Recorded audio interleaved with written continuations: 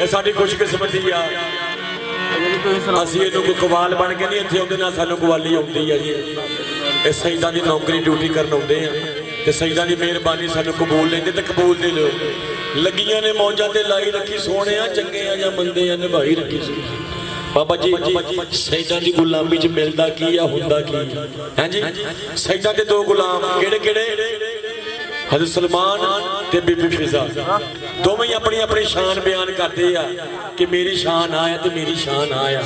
दोवें अपनी अपनी शान बयान करते हैं तो गौर करना किवें करते हैं। हज़रत सलमान फरमाते ने हां ओ मैं खादम भागां दे दरदा ही गल आखी सलमाने मैं खादम भागां दे दरदा ही आखी सलमाने ए दाड़ी झाड़ू हसनैन दे करदा ये मिली पाकां दे दर तो शाने ए दाड़ी पाकां दे दर दा मिली पाकां दे दर तो शाने। ते फिर ओ मैं बाल खड़े ना इना सैयदां दे मिली सैयदां दे दर तो शाने। ओ मैनू अहले बैत च शामिल कीता ए हसनैन दा बाबा जी ओ मैनू अहले बैत च शामिल कीता ए नबी पाक दा बड़ा एहसान नबी पाक दा बड़ा एहसान।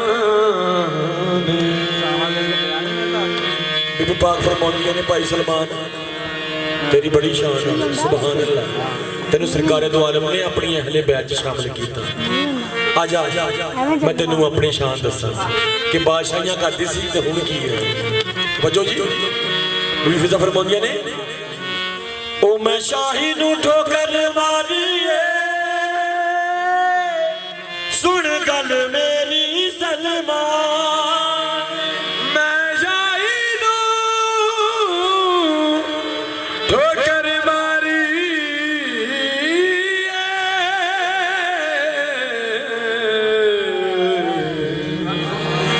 शाही नू ठोकर मारी है सुन गल मेरी सलमाने पाकां दे दर ते बह गईयां रखिया सैयदां ने माने।